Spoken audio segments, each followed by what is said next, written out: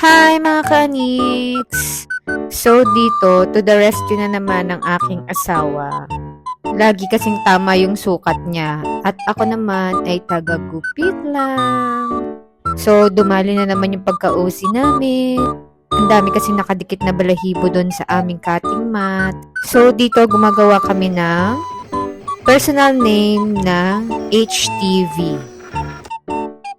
Siyempre, pagkatapos namin i-print, ang favorite part, ang mag-weed ng HTV. Sobrang satisfying nito, guys. Kung pagagawin mo kung madaming-madami nito, ay kahit maghapon. Hala, sige, gut-gut.